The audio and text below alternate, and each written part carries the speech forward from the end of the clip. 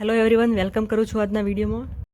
આજનો વિડીયો આપણે પાર્ટ 4 ચોથો પાર્ટ રાખ્યો છે. આપણે જે અત્યાધુનિક પૃથ્થકરણના સાધનો અને તેના પેરામીટરની વાત કરતા હતા એમાં આજે આપણે ઇન્સ્ટ્રુમેન્ટ જોવાના છે જે બાકી રહ્યા હતા તો જલ્દીથી આપણે જોઈ લઈએ. તો પહેલું જે ઇન્સ્ટ્રુમેન્ટ છે એ છે HRGC HRMS. જે આપણે પેલો વિડીયો જોયો હતો, મતલબ આના આગળનો જે વિડીયો બનાવ્યો હતો એમાં GCMSની વાત મેં કરી હતી અને GCMSની વાત તો આગળ માસ સ્પેક્ટ્રોમેટ્રીમાં પણ કરેલી છે.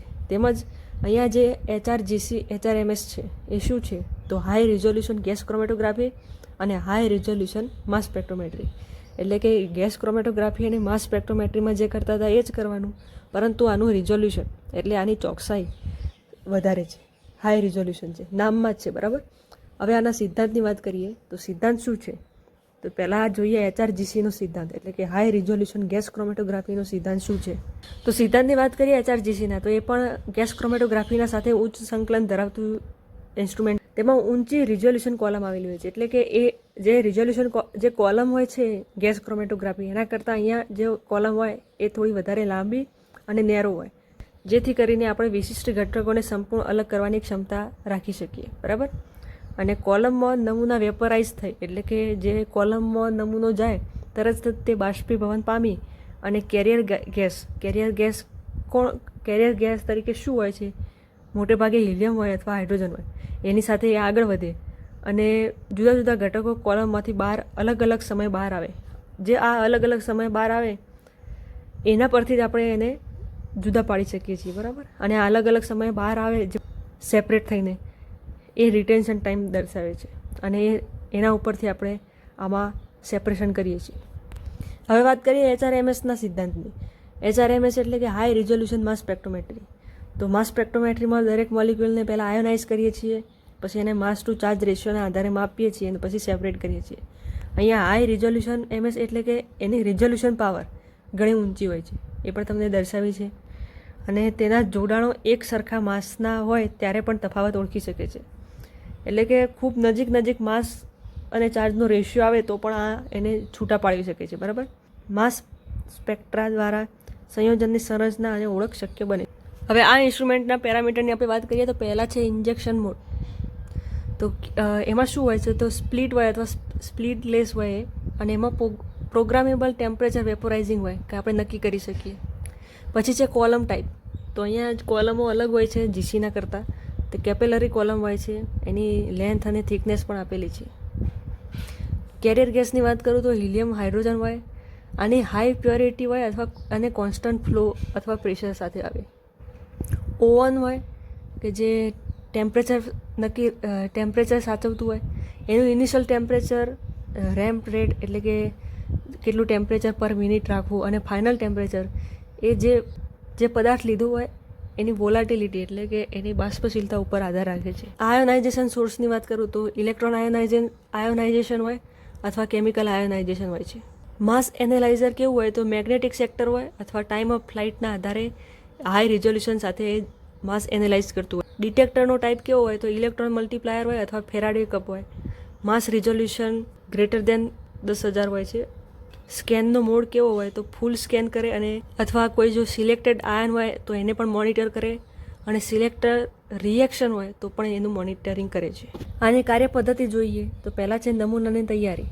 તો સેમ્પલ કેવી રીતે બનાવવાનું તો પહેલાં નમૂનામાં રહેલા સંયોજનને અલગ કરવા માટે મૂળ નમૂનાની શુદ્ધિ કરવી પડે છે. એટલે કે જે પણ આપણા પાસે નમૂનો હોય એને પહેલાં સરખો શુદ્ધ કરવો પડે, ક્લીન કરવો પડે, બરાબર.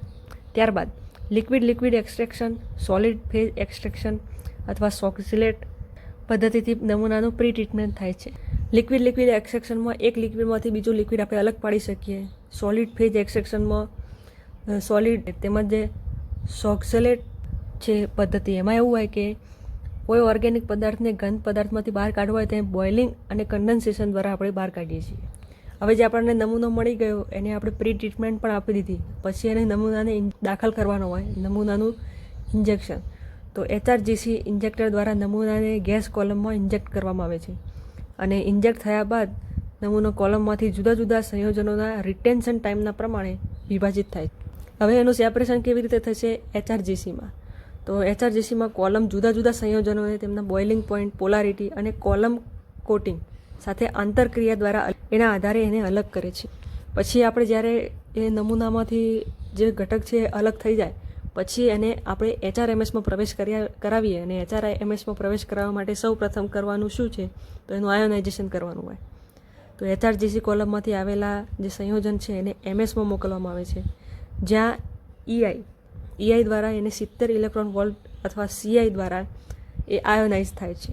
પછી જે માસ એનાલાઇઝરમાં જાય તો HRMS દ્વારા ઊંચી ચોકસાઈથી દરેક આયનના M/Z અનુસારે એનું વિભાજન થાય અને એક જ M/Z રેશિયો ધરાવતા સંયોજનોના પણ આપણે નાના તફાવત જોઈ શકીએ છીએ. બરાબર, એક્ઝેક્ટ માસ ડિટેક્શન આપણે કરી શકીએ આમાં, કારણ કે આ હાઈ રિઝોલ્યુશન છે. હવે શું થાય તો હવે ડિટેક્શન અને ડેટા આઉટપુટ, એટલે કે જે માસ ડિટેક્ટર દ્વારા જે આયન ઓળખે છે તેની ઇન્ટેન્સિટી અનુસાર એ પીક આપણને જોવા મળે અને ઇન્સ્ટ્રુમેન્ટનું સોફ્ટવેર માસ સ્પેક્ટ્રા તૈયાર થાય અને એમાંથી આપણે દરેક સંયોજનની ઓળખ, સંરચના અને પ્રમાણ મેળવી શકીએ છીએ. આનું એન્વાયરમેન્ટલ એનાલિસિસ કરવામાં શું ઉપયોગી છે તો ડાયોક્સિન, ફ્યુરાન્સ, PCB એટલે પોલીક્લોરિનેટેડ બાયફિનાઇલ, જે પહેલાં ઇન્ડસ્ટ્રીયલ પર્પઝ માટે ઉપયોગી હતા પણ અત્યારે એ એક ખતરનાક પોલ્યુટન્ટ છે, એટલે ઘણા દેશોએ આને વાપરવા ઉપર પ્રતિબંધ પણ મૂકેલો છે. તો એને શોધવા જેવા અલ્ટ્રા ટ્રેસ ઓર્ગેનિક પોલ્યુટન્ટ શોધવા માટે આનો ઉપયોગ કરવામાં આવે છે. આના સિવાય ફૂડ સેફ્ટી માટે, ફોરેન્સિક સાયન્સ માટે, ફાર્માસ્યુટિકલ માટે પણ આ ઉપયોગી છે. બીજા ઇન્સ્ટ્રુમેન્ટની વાત કરવાની છે જેનું નામ છે HPLC. આ મેં ડિટેલમાં સમજાવી છે ક્રોમેટોગ્રાફીવાળા લેક્ચરમાં, તમે જોઈ શકો છો.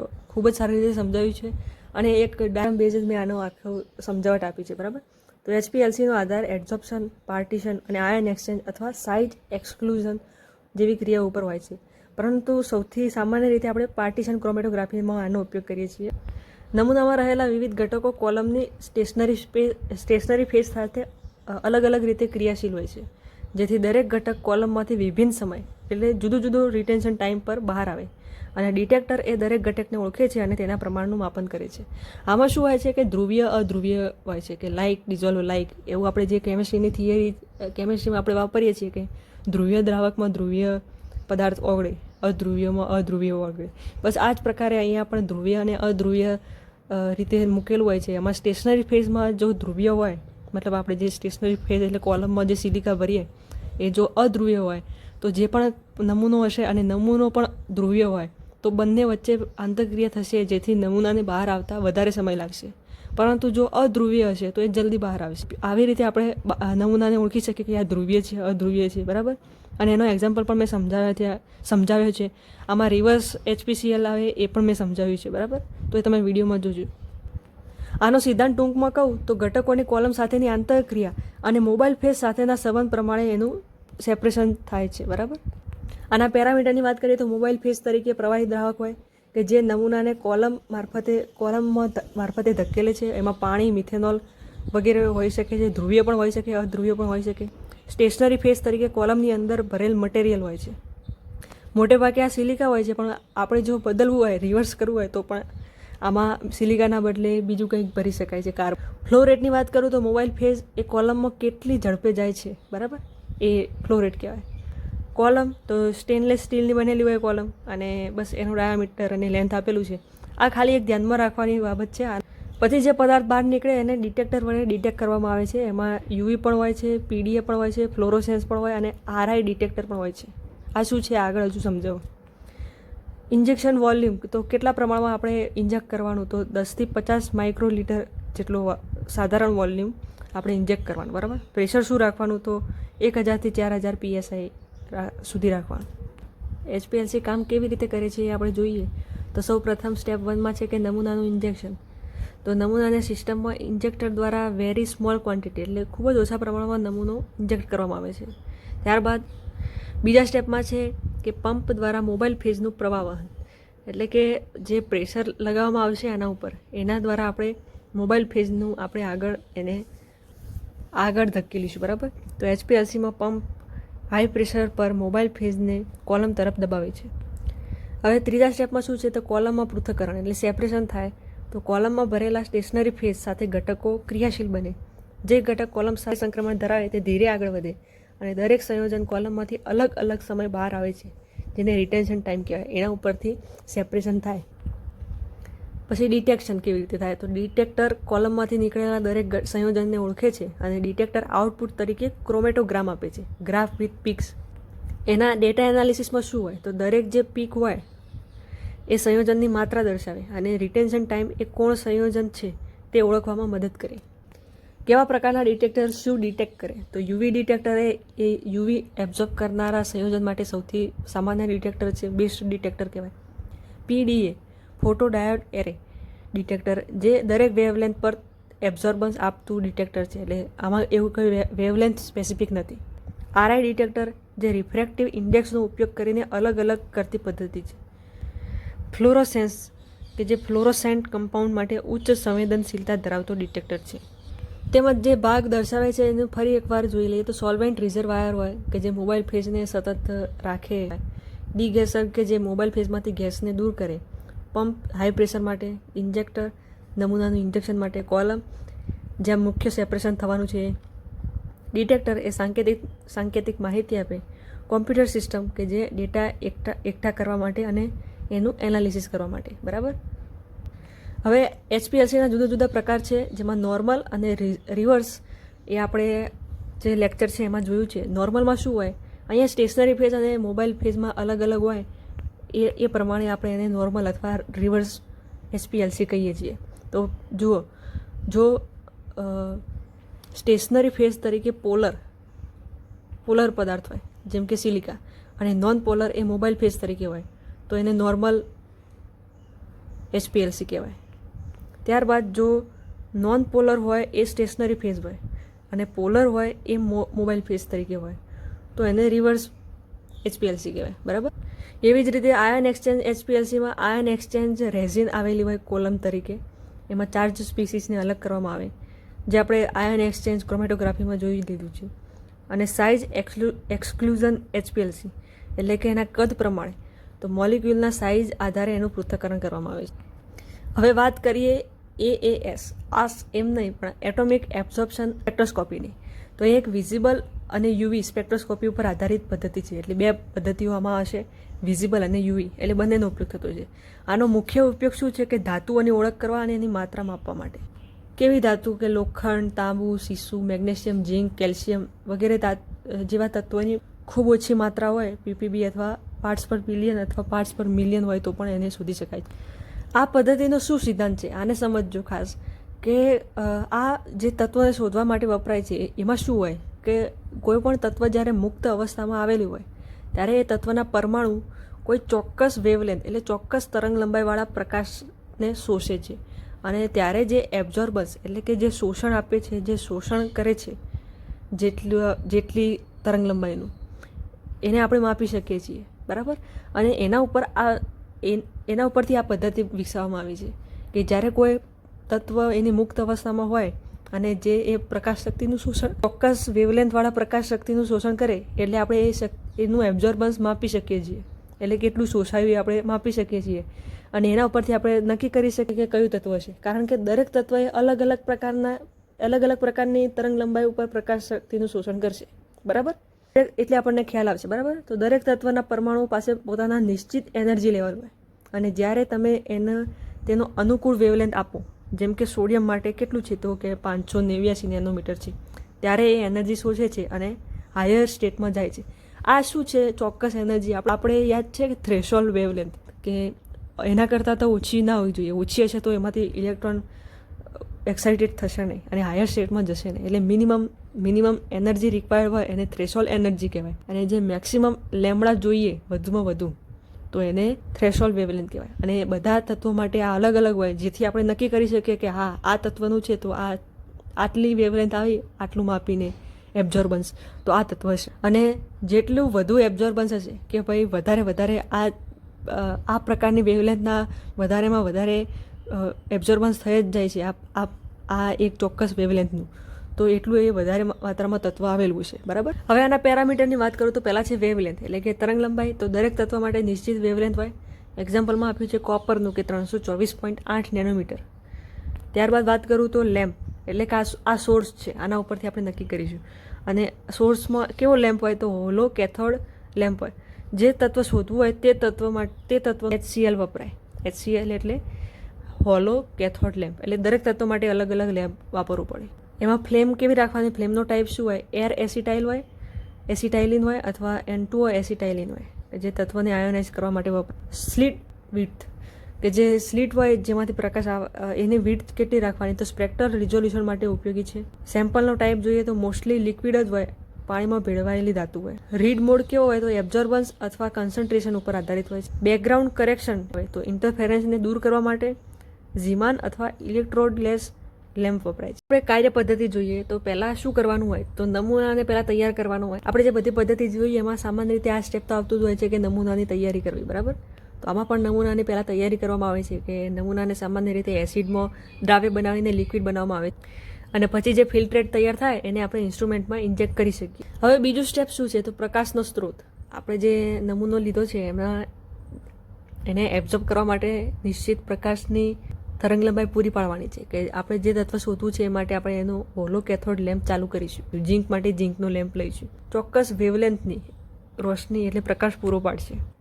ત્રીજા સ્ટેપમાં શું તો અણુઓમાં ફેરવવાનું. આપણે જે નમૂનો લીધો એ તો લિક્વિડ સ્વરૂપમાં ફેઝમાં છે, તો એને આપણે એટમમાં કેવી રીતે વિભાજિત કરવાનું એ તો નમૂનાને સ્પ્રે દ્વારા ફ્લેમમાં પકડાવવામાં આવે અને એ તત્વના અણુ એ ફ્લેમમાં અવસ્થિત એટમમાં તૂટે છે, એટલે ફ્રી એટમ આપણને પ્રાપ્ત થશે.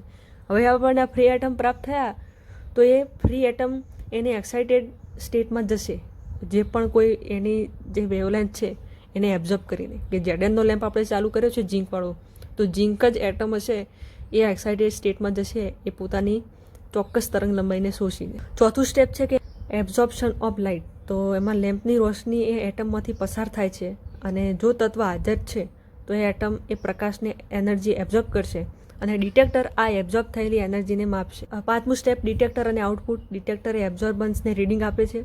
સોફ્ટવેર એબ્ઝોર્બન્સને કન્સન્ટ્રેશન એટલે કે જે પાર્ટ્સ પર બિલિયન કે પાર્ટ્સ પર મિલિયનમાં કેટલું છે એમાં ફેરવશે. આમાં ઘણા બધા ભાગ આવેલા છે તો એ શું કામ કરે છે એ જોઈ લઈએ. તો હોલો કેથોડ લેમ્પ એ તો આપણે આગળ જોયું એમ કે ચોક્કસ વેવલેન્થ માટે, એના સ્ત્રોત માટે. નેબ્યુલાઇઝર કે લિક્વિડ સેમ્પલને ફાઇન સ્પ્રેમાં ફેરવે છે. બર્નર અથવા ફ્લેમ એ ઓટોમાઇઝેશન માટે મોસ્ટલી એર એસિટાઇલિન હોય કે જે અણુઓમાં ફેરવે. મોનોક્રોમેટર એટલે કે ચોક્કસ વેવલેન્થ જ પસાર થાય એ સુનિશ્ચિત કરવા માટે કે એક જ પ્રકારની વેવલેન્થ આવી રહી છે કે નહીં. ડિટેક્ટર એ એબ્ઝોર્બ કરેલા પ્રકાશનું માપન કરે છે. એમ્પ્લીફાયર અથવા કમ્પ્યુટર કે જે આઉટપુટ સિગ્નલને ગ્રાફમાં ફેરવે કે શેનો ગ્રાફ હોય, એબ્ઝોર્બન્સ વર્સેસ કન્સન્ટ્રેશનનો ગ્રાફ બનાવે. ગ્રાફનું રિપ્રેઝન્ટેશન જોઈએ તો એબ્ઝોર્બન્સ વર્સેસ ટાઈમનો હોય એટલે કે શોષણ વિરુદ્ધ સમયનો ગ્રાફ હોય અને જે મોટા પીક હોય એ તત્વની વધુ માત્રા કે વધારે પ્રમાણમાં આ તત્વ આવેલું છે એ દર્શાવે. અને કેલિબ્રેશન કરવાથી આપણે કન્સન્ટ્રેશન નક્કી કરી શકીએ છીએ. તો કેવી રીતે કાર્ય કરે છે એ અહીંયા એક આકૃતિમાં દર્શાવ્યું છે કે અહીંયા આપણે સેમ્પલને ઇન્જેક્ટ કરીશું અને પછી એ આગળ વધીને ઓટોમાઇઝર એટલે કે એના એટમમાં ફેરવાશે. અહીંયા લાઇટનો સોર્સ હશે એટલે કે જે આપણે લેમ્પ કહ્યું એ, અને પછી ત્યારબાદ ચોક્કસ વેવલેન્થ મોનોક્રોમેટર દ્વારા એક પ્રકારની વેવલેન્થને આપણે ડિટેક્ટ કરીશું. રેકોર્ડર દ્વારા રેકોર્ડ થશે એ અને પછી એમ્પ્લીફાયર દ્વારા આપણે એને રીડ આઉટ ડિવાઇસમાં નાખીશું, બરાબર, જેથી આપણને ગ્રાફ મળી શકે. હવે બીજા ઇન્સ્ટ્રુમેન્ટની વાત કરીએ, XRD. આની વાત આપણે એક્સરે સ્પેક્ટ્રોસ્કોપીમાં કરેલી છે એટલે અહીંયા થોડી ઝડપ રાખીશું. તો XRD એક્સરે ડિફ્રેક્શન એ એક વિશ્લેષણાત્મક તકનીક છે કે જેના ઉપયોગથી સ્ફટિક બંધારણ, આ ખાસ યાદ રાખજો, ખાસ એવું જ પૂછે છે કે ક્રિસ્ટલ સ્ટ્રક્ચર સ્ફટિક બંધારણ માટે કઈ પદ્ધતિ ઉપયોગી છે તો ડાયરેક્ટ XRD ટીક કરી નાખવા. તબક્કાની ઓળખ એટલે કે ફેઝ આઇડેન્ટિફિકેશન અને ક્રિસ્ટલાઇનિટી આપણે માપવી હોય તો એના માટે આ ઉપયોગી છે. કોના માટે ઉપયોગી છે કે પાવડર, ખાસ કરીને પાવડર ફોર્મના અકાર્બનિક પદાર્થો, ખનિજ, મેટલના ઓક્સાઇડ, સિમેન્ટ, સિરામિક વગેરે પદાર્થમાં ઉપયોગી. આનો સિદ્ધાંત શું છે તો અહીંયા બ્રેગ્સનો નિયમ આવે. XRDનો એ મુખ્ય સિદ્ધાંત છે બ્રેગ્સનો નિયમ. n lambda is equal to 2d sin θ. આ નિયમનું સૂત્ર છે.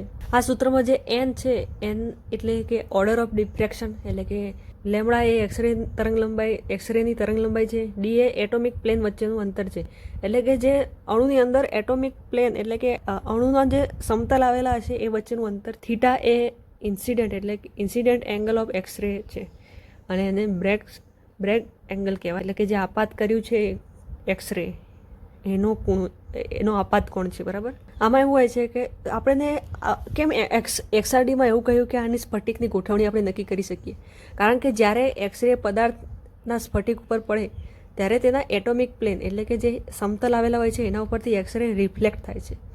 અને જો એંગલ એવું હોય કે બંને રિફ્લેક્ટેડ બીમ્સ વચ્ચે કન્સ્ટ્રક્ટિવ ઇન્ટરફેરન્સ આવે, એટલે કે બંને જે આપણે એક્સરે પાડ્યો કોઈ પણ અણુના ક્રિસ્ટલ ઉપર અને એ અથડાઈને ફરીથી પાછો ભેગો થાય, આવા જો બે એક્સરે એકબીજા સાથે જોડાય એટલે કે એમની વેવલેન્થ વધી જાય તો તે બે ભેગા, કારણ કે બંને ભેગા થઈ ગયા એટલે કન્સ્ટ્રક્ટિવ કહેવાય એને ઇન્ટરફેરન્સ. અહીંયા આપણને ડિફ્રેક્શનની પેટર્ન આપે છે અને આપણને જે ડિફ્રેક્શન પેટર્ન મળે છે એના ઉપરથી ડિસ્પેસિંગ વેલ્યુ જાણી શકીએ અને એના ઉપરથી આપણે પદાર્થનો તબક્કો કયો છે, રચના કેવી છે અને પ્યોરિટી કેવી છે એ આપણે જાણી શકીએ છીએ. કાર્ય પદ્ધતિ જોઈએ તો નમૂનાની તૈયારી કરવાની પહેલાં નમૂનાને સૂકવીને પાવડર બનાવવાનો.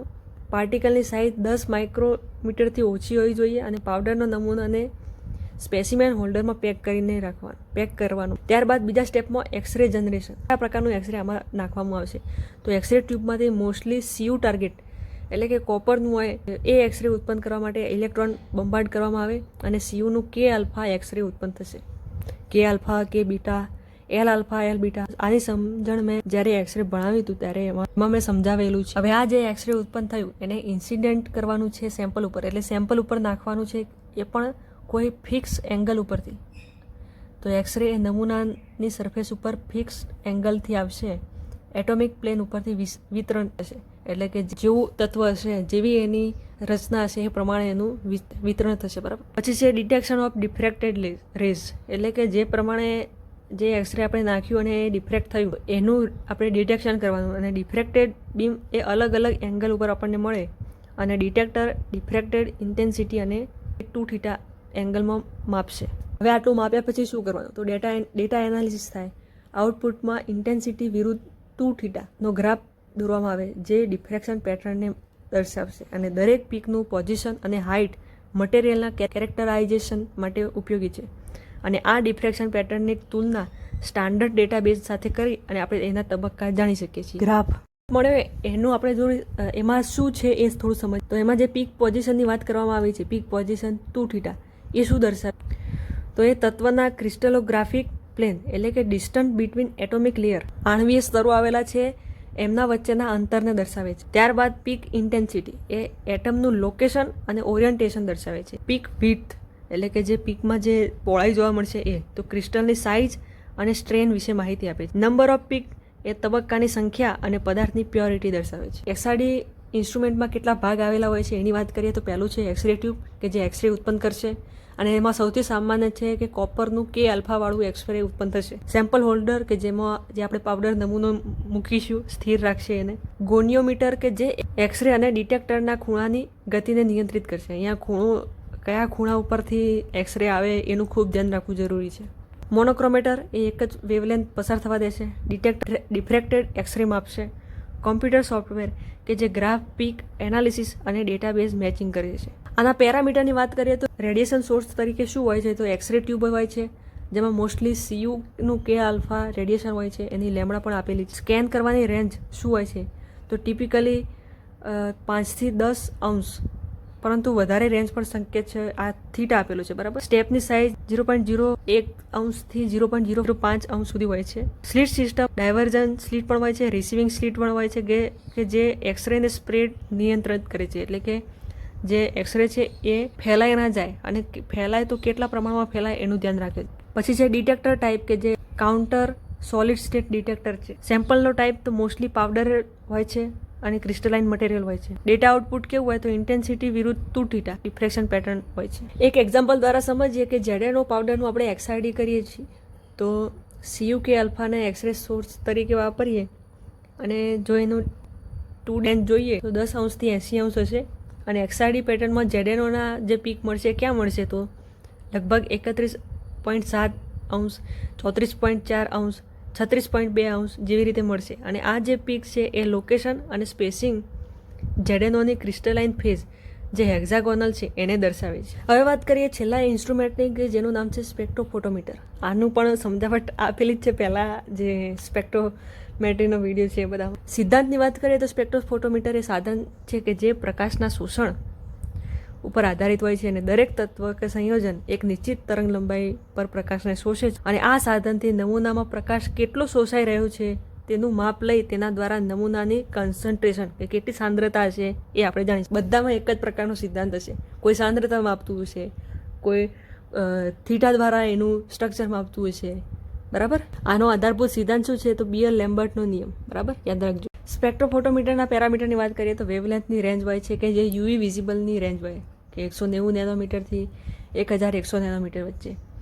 એબ્ઝોર્બન્સની રેન્જ પણ સામાન્ય રીતે 0 થી 2 એબ્ઝોર્બન્સ યુનિટ જેટલી હોય છે. બેન્ડવિડ્થ જોઈએ તો 1 નેનોમીટર 2 નેનોમીટર હોય છે. પાથ લેન્થ એટલે કે જે આપણે આ નિયમમાં પણ આપણે વાપરીએ છીએ બીઅર-લેમ્બર્ટના, એ 1 સેન્ટીમીટર સામાન્ય રીતે હોય છે કે જે સેલ અથવા જારની પહોળાઈ હોય છે. સ્કેનની સ્પીડ તો વેવલેન્થ સ્વીપ માટે ઉપયોગી છે. લેમ્પનો ટાઈપ તો ડ્યુટેરિયમ લેમ્પ હોય અથવા ટંગસ્ટનનો લેમ્પ હોય. ડ્યુટેરિયમ લેમ્પ હશે તો એ યુવી માટે છે અને ટંગસ્ટન લેમ્પ હશે એ વિઝિબલ માટે છે. આના મુખ્ય ભાગોની વાત કરીએ તો પ્રકાશના સ્ત્રોત તરીકે શું હોય છે તો યુવી અલ્ટ્રાવાયોલેટ તરંગ લંબાઈ માટે તમારે ડ્યુટેરિયમ લેમ્પનો ઉપયોગ કરવો પડે. વિઝિબલ માટે ટંગસ્ટન લેમ્પનો ઉપયોગ કરવો પડે છે. મોનોક્રોમેટર હોય છે કે જે ચોક્કસ પ્રકારની તરંગ લંબાઈને પસંદ કરે છે. સેમ્પલ હોલ્ડર હોય, કાચ અથવા ક્વાર્ટ્ઝની નળી કે જેમાં નમૂનો મૂકવામાં આવે અને સેમ્પલ હોલ્ડરને ક્યુવેટ કહેવાય, બરાબર, યાદ રાખજો. ત્યારબાદ વાત કરીએ ડિટેક્ટરની તો શોષાયેલા પ્રકાશ પછીનો પ્રકાશ માપે છે એટલે કે ટ્રાન્સમિટેડ લાઇટ કે કેટલું ટ્રાન્સમિટ થયું. ડિસ્પ્લે અથવા રેકોર્ડિંગ સિસ્ટમમાં એબ્ઝોર્બન્સ અથવા ટ્રાન્સમિટન્સ કે કેટલો પ્રકાશ શોષાયો અથવા કેટલો પ્રકાશ પસાર થયો એ બતાવે છે. અને કાર્યપદ્ધતિ જોઈએ તો પહેલાં જે ઇન્સ્ટ્રુમેન્ટ હોય એને વ્યવસ્થિત કરવાનું હોય કે ઇન્સ્ટ્રુમેન્ટ પહેલાં ચાલુ કરવાનું હોય જે લેમ્પ કહેવાય. પછી ત્યારબાદ યોગ્ય વેવલેન્થ પસંદ કરવાની હોય કે જે આપણે એફી માટે શોધવી છે તો 510 નેનોમીટર. પછી એક બ્લેન્ક સોલ્યુશનથી કેલિબ્રેટ કરવાનું. આને કેલિબ્રેટ કરવું જરૂરી છે. જેમ આપણે પીએસ મીટરને બફર સોલ્યુશનથી કેલિબ્રેટ કરતા હતા એવી રીતે આને પણ કેલિબ્રેટ કરવાનું. કેવી રીતે કેલિબ્રેટ કરવાનું? સોલ્વેન્ટ અથવા ડિસ્ટિલ વોટર લેવાનું ક્યુવેટમાં અને એને સ્પેક્ટ્રોફોટોમીટરમાં મૂકીને એબ્ઝોર્બન્સ બરાબર 0 ઉપર સેટ કરવાનું, બરાબર. આમ કેલિબ્રેટ થઈ ગયો. નમૂનો તૈયાર કરવાનો જેમાં નોન વોલ્યુમનું નમૂનો લેવાનું કે જાણતા હોય એટલા કદનો નોન વોલ્યુમનો નમૂનો લેવાનો, તેને ક્યુવેટમાં ભરવાનો અને સારી રીતે સાફ પહેલાં કરવાનું એને પછી, બરાબર. ત્યારબાદ એ ક્યુવેટને જે સ્લોટમાં મૂકીને એબ્ઝોર્બન્સ વાંચવાની અને એબ્ઝોર્બન્સ વિરુદ્ધ કોન્સન્ટ્રેશનના ગ્રાફ ઉપરથી સાંદ્રતા નક્કી કરવામાં આવે છે. એને તુલનાત્મક માપ પણ હોય છે કે જ્યારે કેલિબ્રેશન કરવા તૈયાર કરીએ ત્યારે લિનિયર એબ્ઝોર્બન્સ વર્સેસ કોન્સન્ટ્રેશન ગ્રાફ, એના ગ્રાફ ઉપરથી અજ્ઞાત નમૂનાની કોન્સન્ટ્રેશન આપણે શોધી શકીએ છીએ. જેમ HPLCના જુદા જુદા પ્રકાર હતા એમ અહીંયા આ સ્પેક્ટ્રોફોટોમીટરના પણ જુદા જુદા પ્રકાર છે. યુવી વિઝિબલ સ્પેક્ટ્રોફોટોમીટર પણ હોય છે કે જે રંગ વિનાના અને રંગીન સોલ્યુશન માટે વપરાય. જે યુવી છે એ રંગ વિનાના અને વિઝિબલ છે એ રંગીન સોલ્યુશન માટે વપરાતા હોય છે. IR સ્પેક્ટ્રોફોટોમીટરની વાત કરીએ તો અકાર્બનિક અને કાર્બનિક સંયોજન ઓળખવા માટે ઉપયોગી છે. ફ્લેમ ફોટોમીટરની વાત કરીએ તો સોડિયમ પોટેશિયમ જેવા તત્વોની ઓળખ માટે ઉપયોગી છે. તો અહીંયા આપણે બધા સાધન જે ઇન્સ્ટ્રુમેન્ટ આપણને આપ્યા હતા અને આ જે આપણો ટોપિક હતો કે અદ્યતન પૃથ્થકરણના સાધનો અને તેના પરિમાણો, તો એને અહીંયા આપણે પૂર્ણ કરીએ છીએ. આ ટોપિક અહીંયા પૂર્ણ થાય છે. 4 લેક્ચર લીધા છે, 4 એકવાર જોઈ લેવા. તેમજ જે પણ વિડીયો મેં સજેસ્ટ કર્યા છે એને પણ તમારે જોઈ લેવા જેથી તમારે આની ડિટેલમાં માહિતી તમને મળી રહે, બરાબર. આના MCQનો વિડીયો પછી લાવીશું અને તેમજ આની PDF હું ટેલિગ્રામમાં અપલોડ કરીશ. ટેલિગ્રામમાં જોઈન ના થયા હોય તો લિંક ડિસ્ક્રિપ્શન બોક્સમાં છે, તો ટેલિગ્રામમાં જોડાઈ જજો. હવે મળીએ નવા વિડીયોમાં નવા ટોપિક સાથે. Thank you very much.